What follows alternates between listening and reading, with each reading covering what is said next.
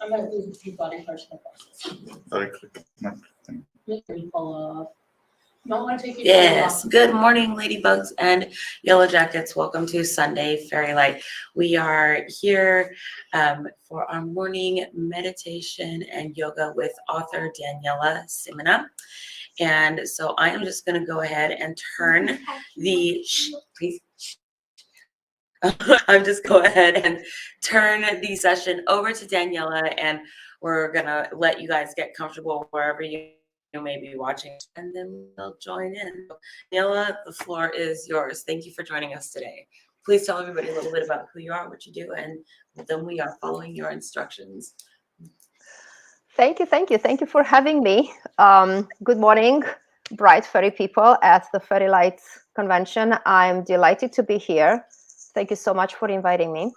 My name is Daniela Simina. I am a yoga teacher. I practice bioenergetic healing, think Reiki, and various other modalities similar to this. I have been in a relationship with fairy and the world of fairies since very young, because my own grandmother, who was my first mentor on this fairy path, she was a medicine woman and a fairy seer. So she worked in partnership with fairies. And I'm writing. I have 2 books coming out this year. One is the first comparative study ever done in between Romanian and Irish fairy lore and traditions. So it is a side-by-side comparative study. The name of the book is Where Fairies Meet: Parallels Between Romanian and Irish Fairy Traditions. The second book will be out on December 8th, and it is a fairy path. It is autobiographic. The memoirs of a young fairy seer in training, that young fairy seer being myself. So that's all how I grew up, and my adventures and misadventures, trying to walk into my grandmother's footprints. The third book, I have just finished writing it and will be soon submitted for consideration to Moon Books, my publisher. And that is Fairy Herbs for Fairy Magic. So it's all fairies in all shapes and forms you can think of, and fairy partnership. What I would like to bring to you today is a very, very simple, by simple is not intended ineffective or super light. So I'd like to bring in a little bit of yoga tech, which from my own experience and that of my students does facilitate transcendence, and therefore primes the connection with the other world, with the fairy dimension. It makes it easier. So it works as a facilitator. Now, I'm aware that you already have this connection with the realm of fairy and with the fairy beings.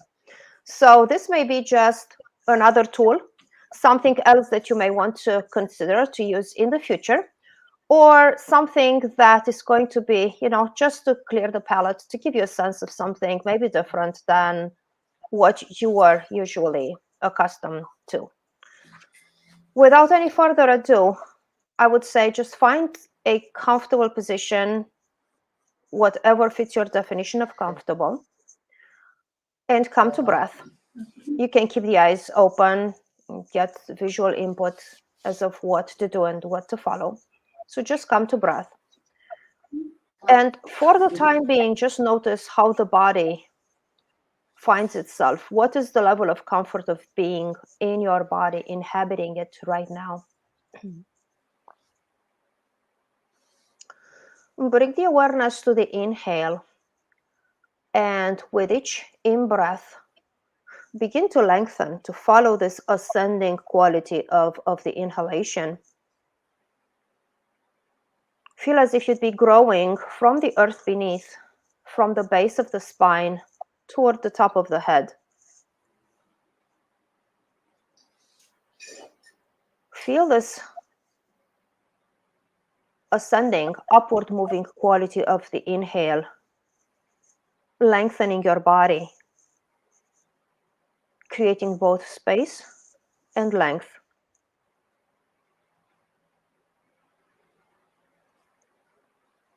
Now shift the awareness to the exhales, and with each out breath, feel the shoulders softening, the face softening.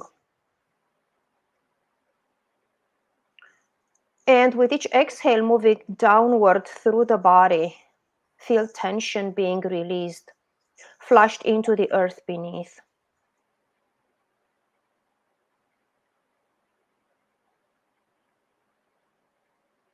With each exhale, there is a deeper degree of softness permeating the physical form.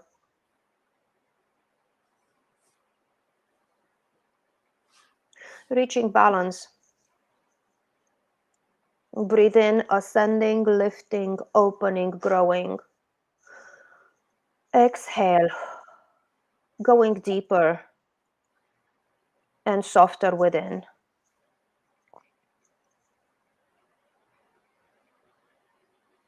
Finding balance in between being engaged and being relaxed.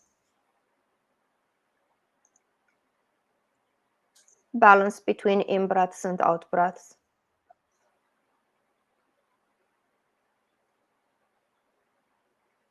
And draw the awareness to your lower abdomen,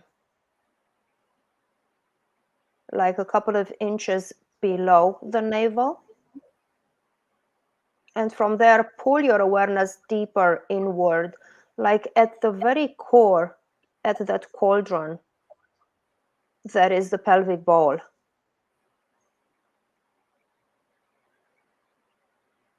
Take the next in-breath. And then with the exhale, guided at that center within your pelvic bowl, like depositing the breath and the energy it contains, depositing it there. Breathing in, gather. Breathe out, deposit the energy within that cauldron.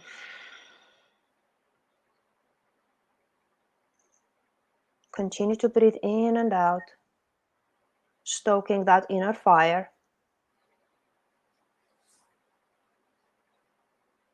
With each inhale, gathering energy. With each exhale, feeding it to yourself, that sacred center. And you can visualize ambers glowing within that pelvic bowl. Think of the breath, particularly the exhale, like fanning those coals. They don't burst into flame, but there is heat. There's radiance. There's power being ignited.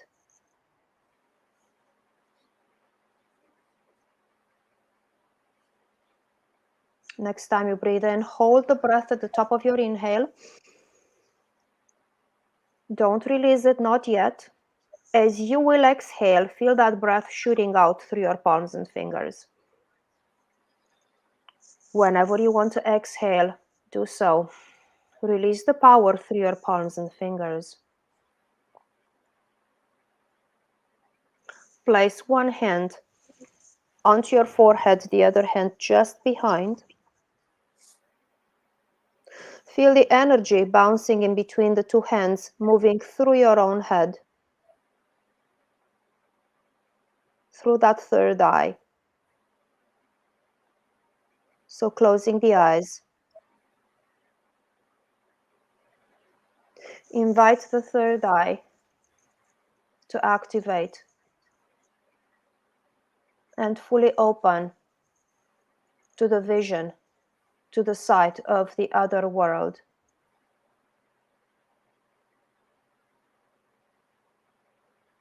You may bring the hands down and keeping the eyes closed. Simply come to breath. Breathing now comfortable without any kind of pattern, without any lengthening, without anything. Just breathe.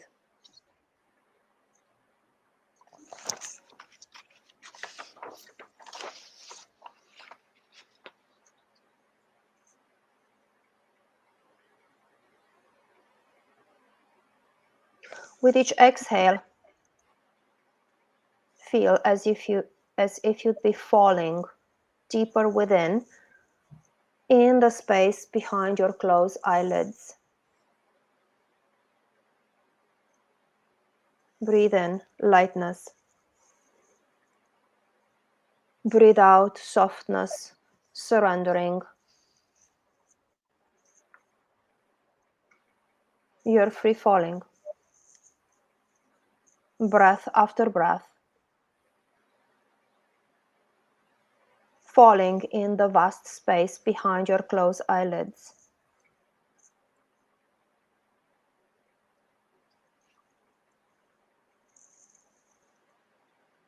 You're just a leaf, floating on the breeze, carried gentle to the earth.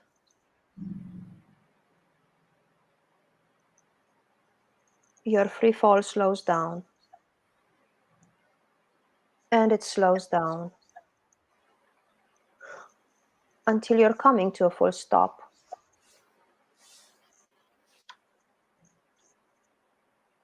You're now standing, and as you stand, you feel the solid ground beneath your feet. Although you can't see anything in the dense, milky fog that surrounds you. The fog is dense, impenetrable to sight, but pleasant and silky feeling to touch. You begin to set foot, one in front of the other. Step by step, you advance on a path that feels sturdy beneath your feet. You feel safe and confident, knowing that your instinct is your compass, and it takes you in the right direction. The fog begins to thin out, and you distinguish the shapes of large trees surrounding you. As you advance, the fog clears, and you begin to realize that you walk through a forest, more beautiful than any forest that you have ever seen. Observe. The trees are magnificent. Their branches weave a thick canopy right above you.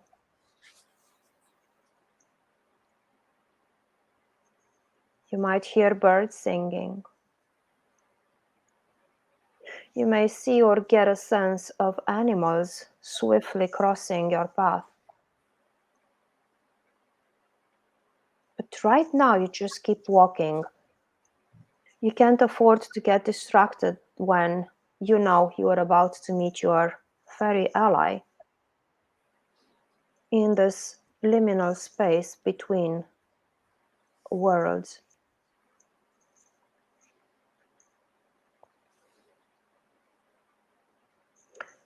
Ahead of you, the path is ending, and you can see a clearing with a very large stone at its center.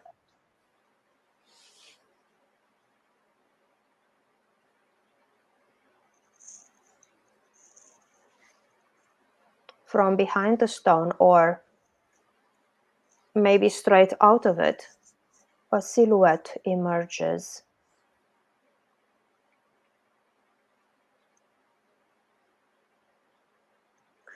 It is someone who looks in your direction, clearly anticipating your arrival.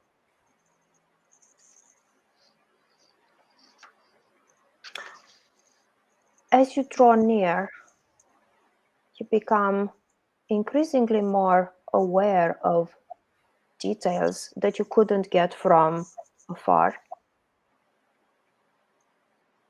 You know this is your fairy guide.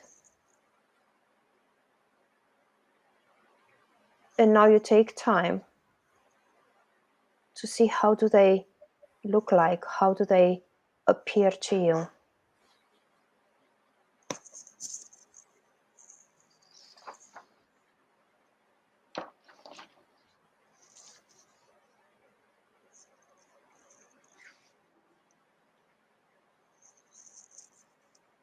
You wave, and they wave back. With a spring in our step, you get closer, cover the rest of the distance. And when you get in their proximity, you introduce yourself and explain what brings you here.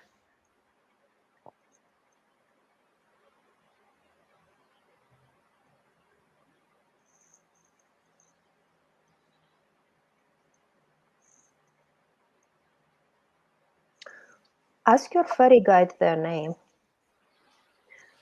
You may get a name or you may not, at least not yet.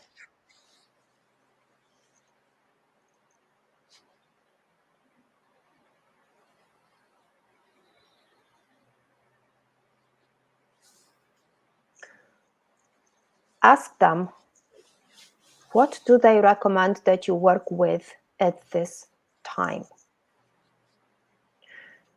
They may name an herb, a crystal. They may show you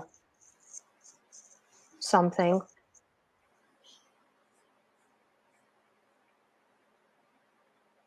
They will also tell you what the item is for.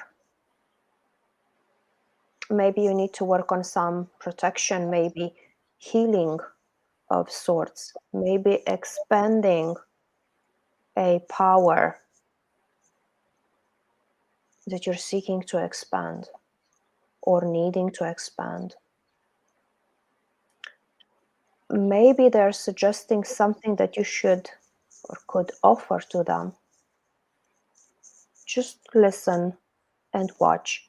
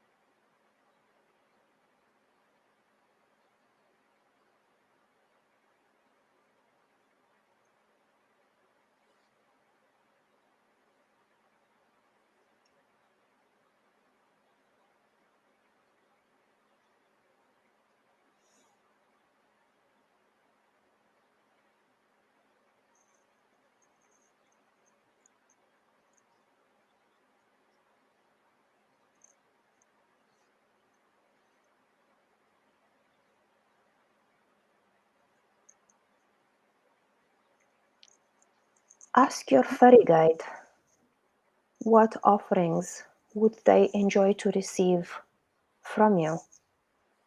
Something that you can give as a token of appreciation once you return to consensus reality.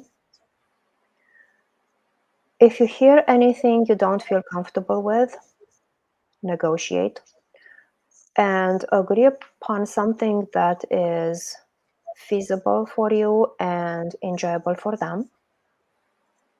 This may be like a one-time offering, or it may be something to be done on a regular basis.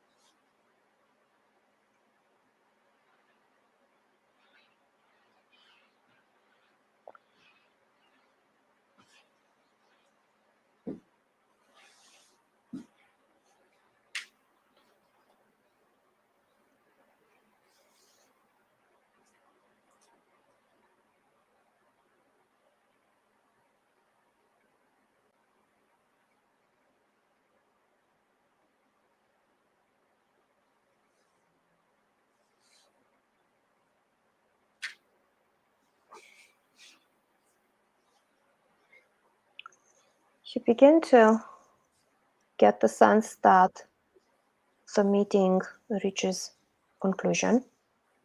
So if there is any question, specific question you have for your fairy guide, this is the moment to ask it.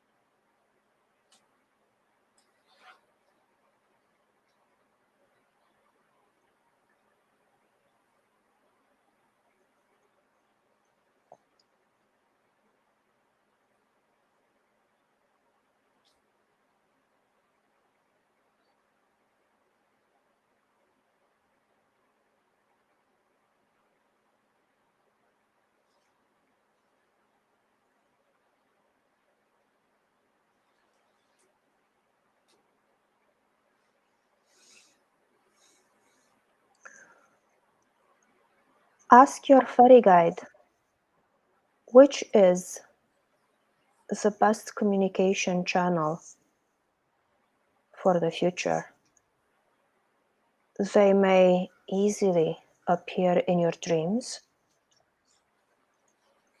speak to you through some form of divination or specific signs that could be an omen of their presence. They're saying yes or no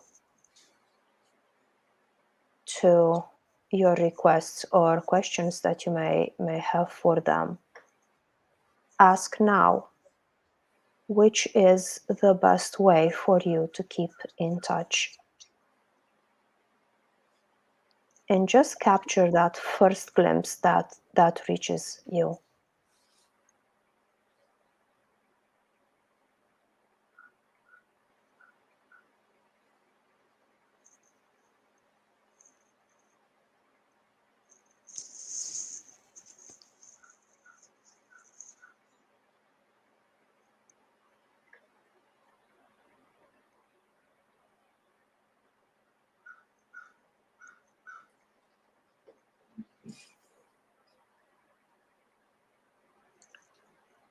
There's time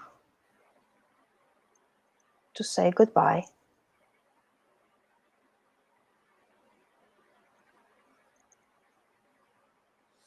As you bid farewell, your guide bids farewell to you.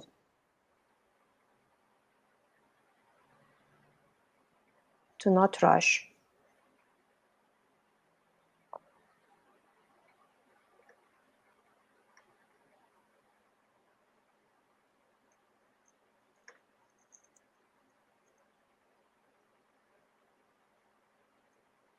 You turn around and walk away, leaving the large stone behind you, knowing that you can return here whenever you wish.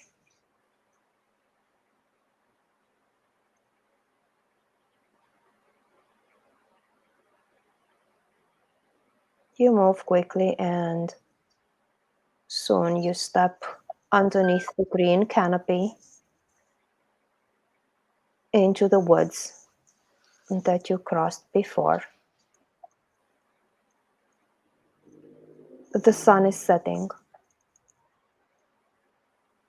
You see the shadows on the ground growing longer. It is getting dark. The path is barely discernible in the moonless night. And soon darkness engulfs everything completely. The path vanishes beneath your feet. You float.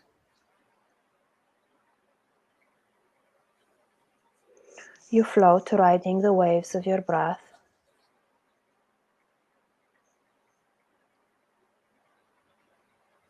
With each exhale, landing more solidly into your physical body. With each inhale, becoming increasingly more aware of the form that you inhabit, of the physiology.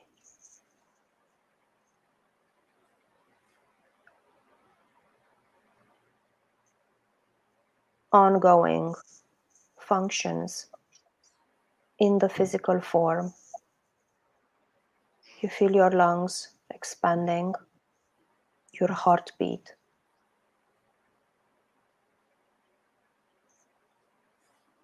With each inhale, increasingly more aware.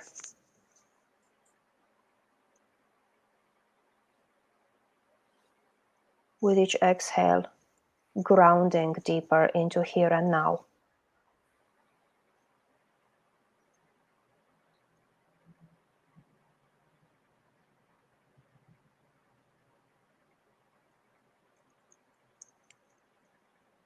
Sense that you have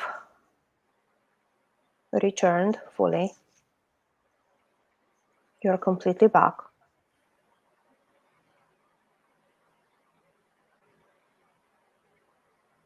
Stretch,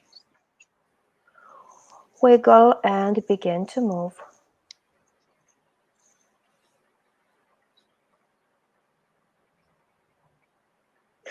And welcome back.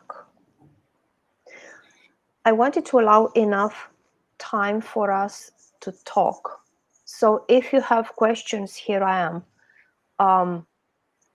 I would suggest as quickly as possible, write down anything important, not anything important, everything that you can remember from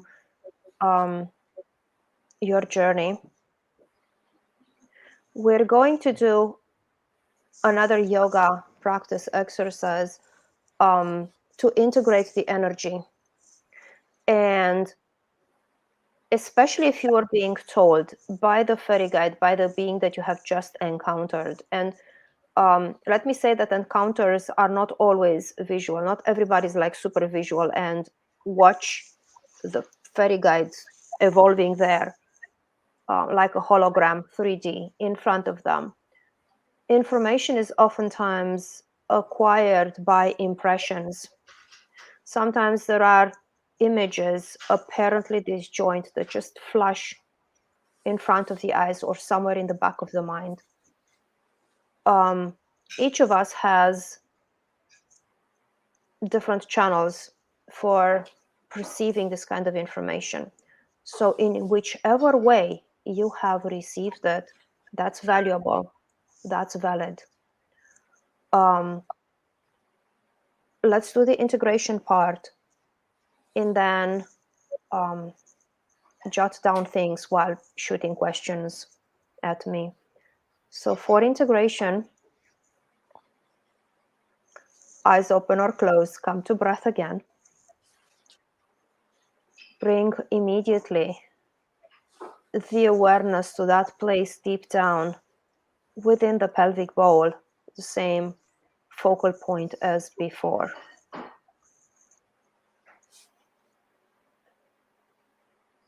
As you breathe in,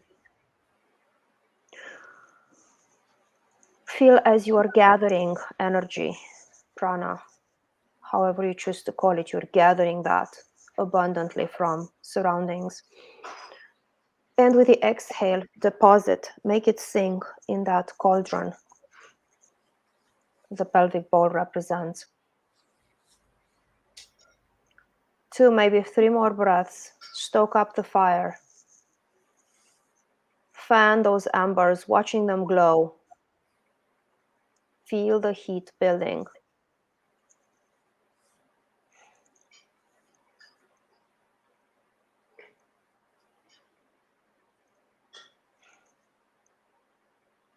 Next time you breathe in, hold the breath at the top of your inhale.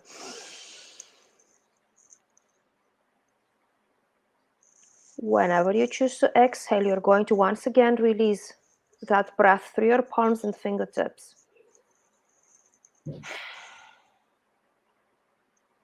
Get a sense of your hands being activated.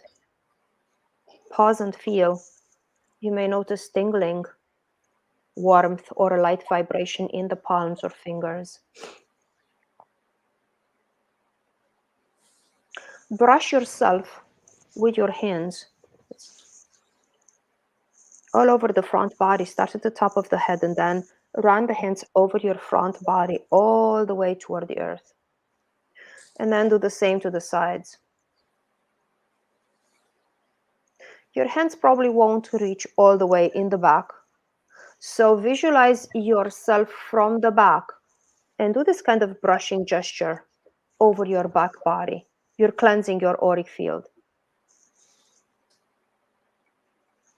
Imagine that you are combing silk and you want to make it as smooth as possible. You can come back and brush the front and the sides and the back. If there is any particular area in the body that begs for attention, brush some more that space. It may be the heart center. It may be an injury that you're nursing. So if there's any back pain, you can just get your hands behind and brush your back. Or you can work on the projection that you made of yourself, your own self-projected image, and you can brush your back.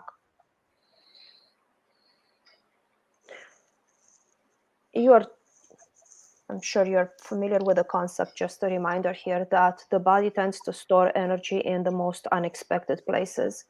And in the aftermath of events, I'm referring to less pleasant ones, there is stagnation the body stores, and that may result in all kind of pain and discomfort. So go over the places that you feel that may be the case. They hold stagnation and potential energy causing pain, and give them the attention required.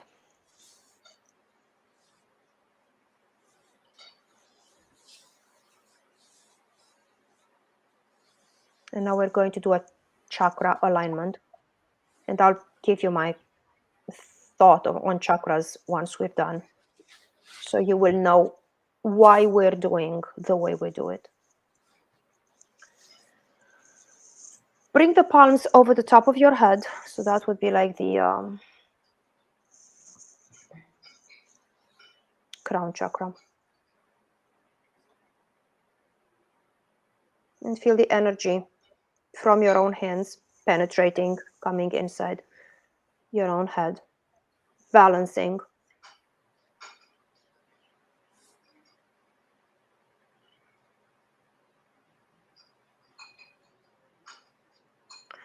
Same as we did in the beginning, bring one hand toward the forehead and the other one right behind. The intention now is going to be to balance. So balancing vision, like the physical vision, eyesight, and the intuition, that ability to glimpse into things as they appear to us and understand their meanings that are not always obvious, evident. So vision and insight, may that be awakened and balanced. Bring the hands front and back, the throat, the neck, balancing the throat, energetic center.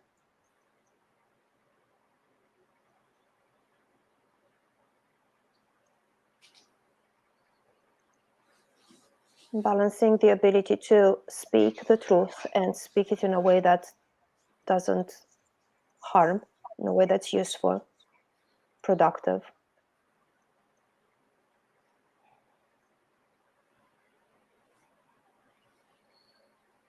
Bring the hands over the heart center and balance. Invite balance at that level, health-wise, emotionally.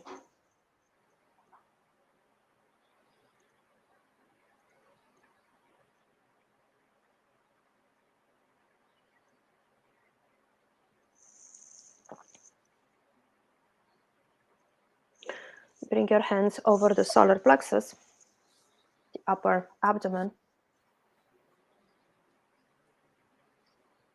nurturing and nourishing those qualities associated traditionally with this area, that strong will and willpower and healthy kind of standing the ground without getting excessively fiery. So there's a matter of balance.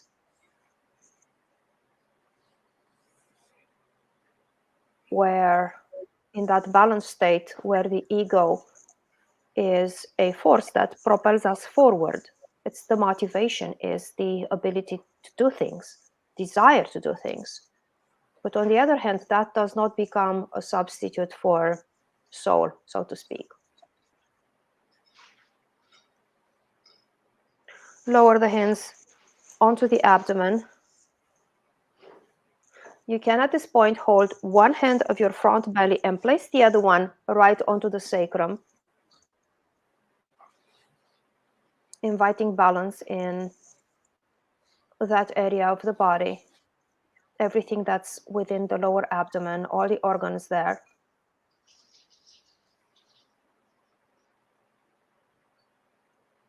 It's very hard to be in a really good emotional, psychological balance in the absence of physiological balance. So we're trying to take care energetically, to take care of both the physiology and the psychology. So balancing that area, so important, so vital. And then finally, gather your hands and place them all the way down at the root of the body. And you can like sit on top of your hands or just hold the hands really low, as if you'd be your palms facing the perineum or facing the coccyx, the tailbone. And invite balance.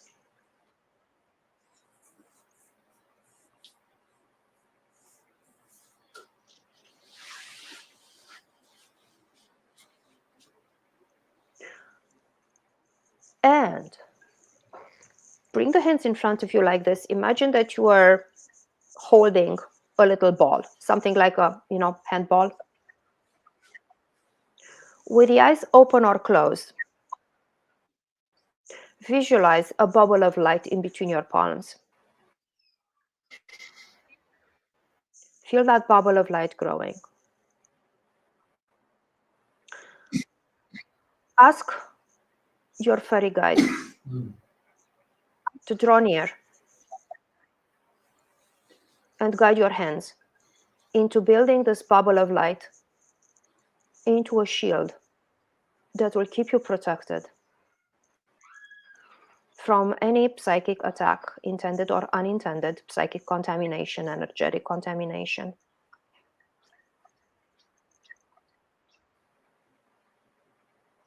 Within this shield, the energy that you have built, developed through this practice will stay. Your shield is a perfectly closed container that will only allow true love and true friendship to penetrate. Everything else stays out. See this bubble of light growing like the size of a basketball. Notice what colors does it take.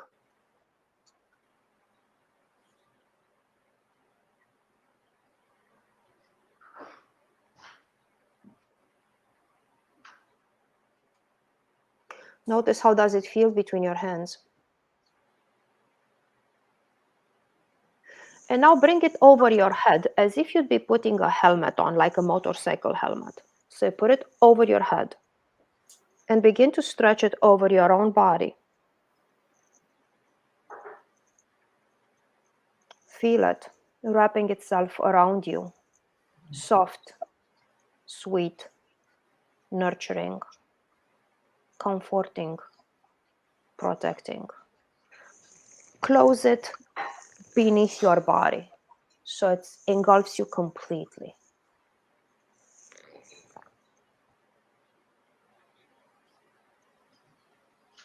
Visualize its outer surface being reflective. It has the strength of diamond.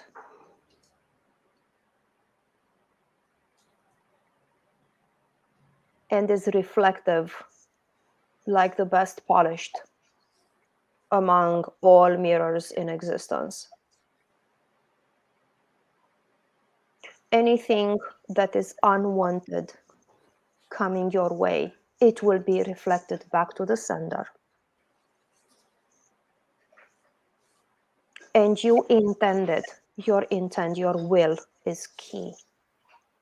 You decide what exactly you want your shield to allow to reach you.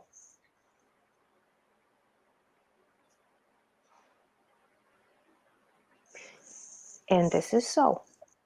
So you are balanced and shielded, and your guide participated actively in this process.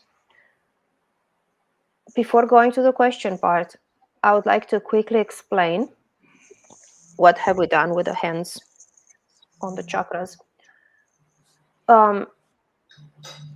The notion of chakras has kind of flooded into everything we know and everything we practice, whatever form we practice. And you can think of it as esoterically as you want. I like to think of it particularly in terms of anatomy and physiology. So if you're going to look at where these traditionally known 7 chakras are located, you have one right here. Yes, we have one right here. Then it's the heart. Then is the solar plexus. So wherever these centers are located, these are major conglomerates of nerves and nerves plexuses.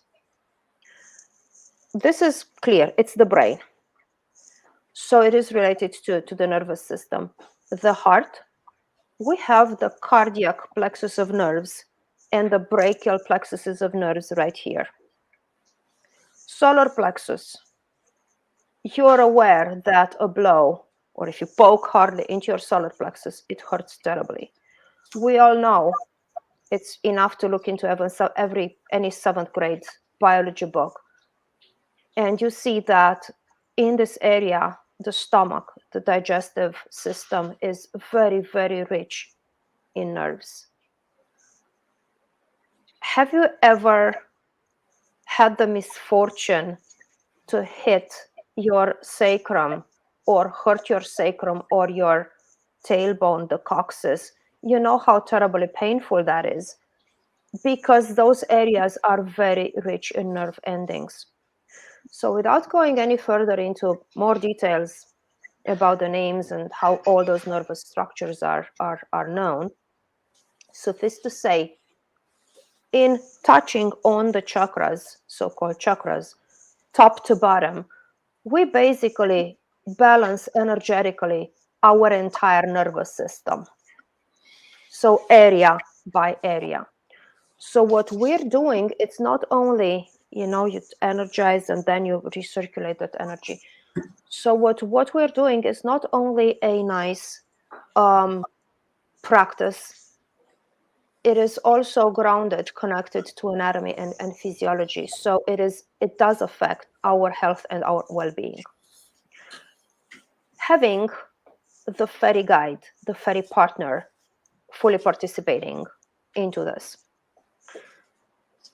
So you notice we had like different tidbits, different components that you can use independently. You don't have to go through run the whole gamut every single time you want to do self-energizing. It is enough to close the eyes, breathe in, gather the breath in your lower abdomen, and then breathe it out through your hands. Place the hands wherever you need on your body, energizing and balancing right there. You don't even have to remember where each chakra is located. Let the hands run intuitively over your body. You can cover more area, more surface than what we have just discussed. As far as connecting with your fairy ally, just the bullet points, the very broad strokes of it. You breathe, move inwardly. And if you like the scenario that I presented, that you're in a mist, you open the eyes, you're in a forest, and then you walk until you meet your guide. Talk to them, turn around, come out. You can follow this, or you can adapt to anything that is resonant with you. That's your own call. Communication. In your journey, you were invited to ask your fairy guides in which way do they want to communicate. This is a very important one, so write it down. You can keep in touch. In case you know this, just take it as a reminder. If you don't know, very glad that I can contribute something. So I know people who connect with fairies and fairy guides in dreams. So they go to bed and they kind of pre-program themselves to encounter and meet and talk.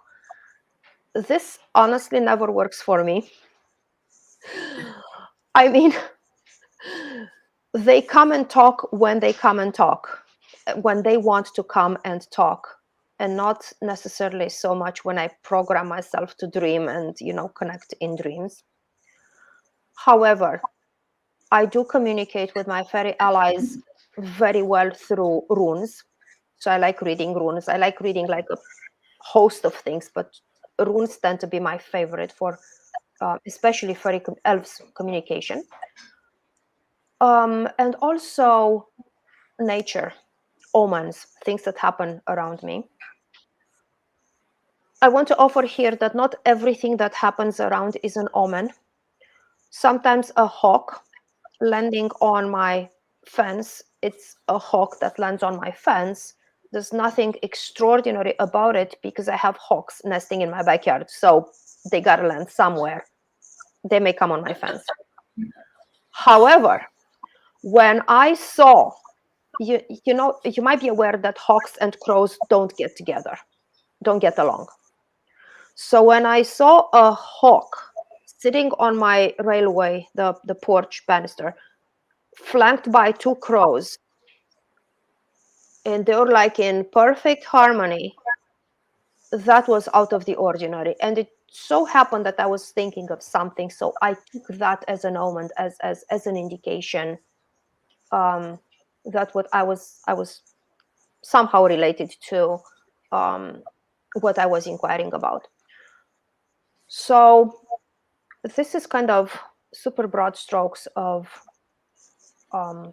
fairy connection. Questions? I don't know how much. I don't know how much time do we have, but I'm here for as long as you want me. So. Does anybody else have a question? Can you hear me, Daniela? Perfectly. Okay, great. Can you give some examples of how other people, and we only have a couple minutes here, but can you give some examples of other methods or ways that fairy guides communicate with individuals? So, you know, we talked about like sometimes a visualization in your head where you see them, sometimes through dreams maybe. What are some other ways that occurs to the mind to receive that, or art, or wherever?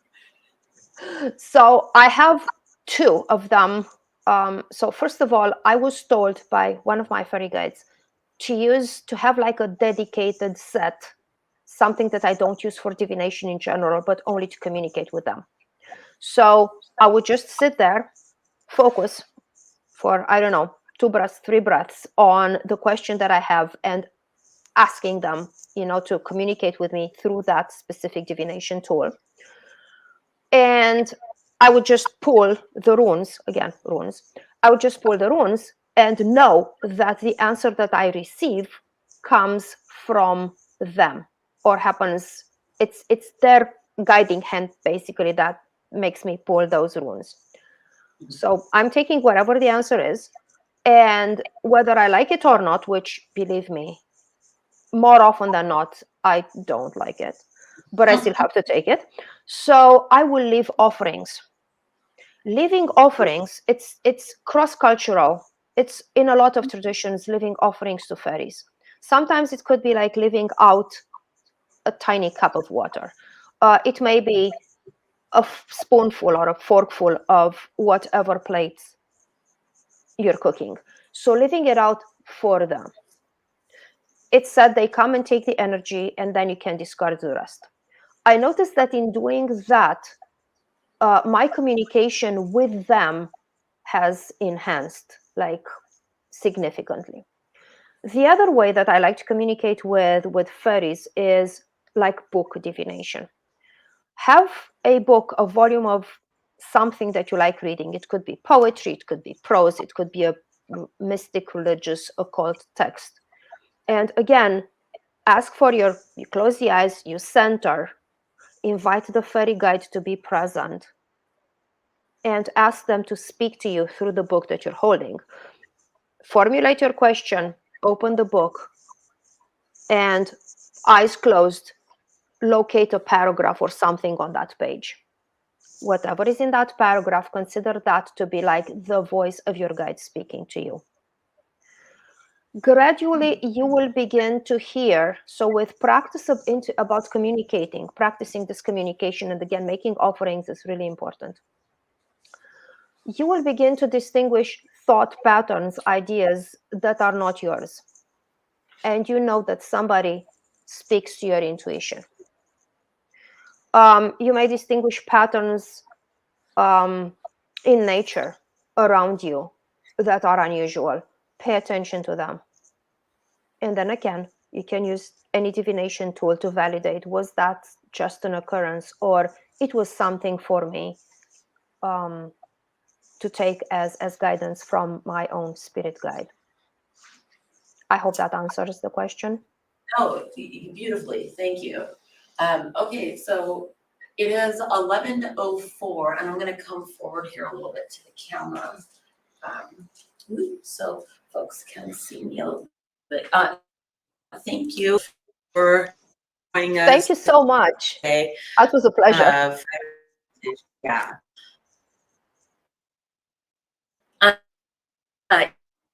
Yeah, no. So if there's nothing else, then we will bid you adieu for the day and continue on with our scheduling. It is the crochet fairy, actually, for some crochet and chat. Super cool. So if you guys are watching from home and want to tune into that, that will be, I think, what's coming up next. So also, you can find Daniela's information and links and everywhere on our website. So please go check her out, and her book, which is available on Amazon, and confirm because I own it. So it's in Barnes and Noble too right now. Bye.